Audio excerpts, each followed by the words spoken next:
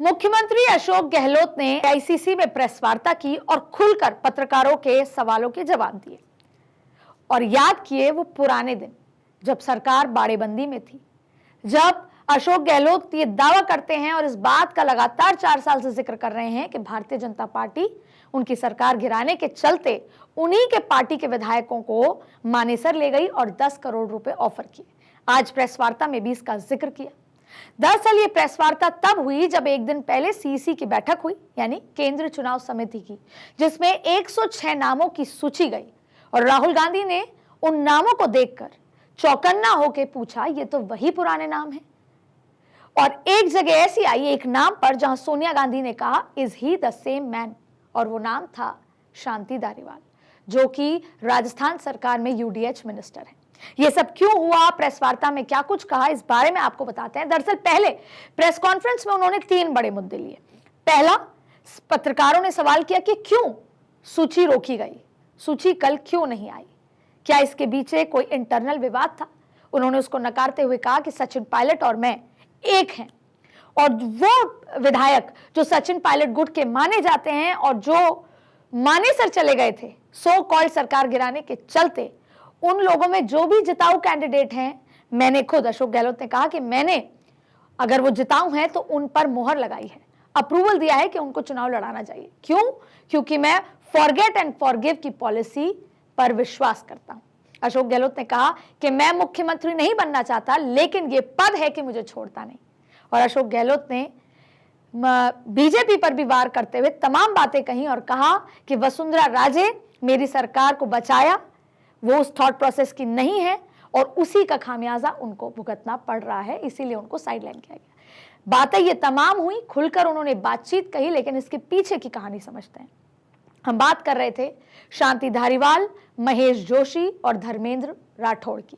दरअसल ये तीनों अशोक गहलोत गुट के माने जाते हैं, बेहद करीबी हैं, और जब सरकार गिराने की बारी आई तो इन तीनों का महत्वपूर्ण रोल रहा जब सरकार बचाई गई।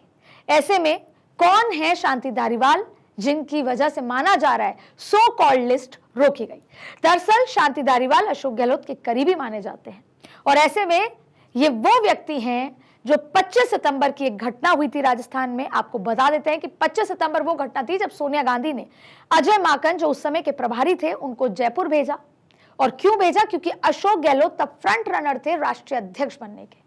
तो जब अशोक गहलोत राष्ट्रीय अध्यक्ष बन के दिल्ली आते तो पीछे से मुख्यमंत्री कौन बनता, उसी पर विचार विमर्श करने के लिए अजय माकन, मल्लिकार्जुन खड़गे खुद, जो आज राष्ट्रीय अध्यक्ष हैं, उस समय ऑब्जर्वर बन के जयपुर पहुंचते हैं और सभी विधायकों की एक बैठक बुलाई जाती है। उद्देश्य था सचिन पायलट के नाम पर मोहर लगाने का। लेकिन जिस तरीके से 4.5 साल खींचतान रही, 2 गुट रहे, अशोक गहलोत के विधायक, 102 विधायक उस बैठक में नहीं पहुंचे। आला कमान को लगा ये उनके फरमान को ना मानना गलत है। पार्टी में जब विधायक दल की बैठक बुलाई गई और 102 विधायक नहीं पहुंचे, ये आला कमान का फरमान न मानना, ये इनडिसिप्लिन है। और इसके पीछे 3 चेहरे बताए गए।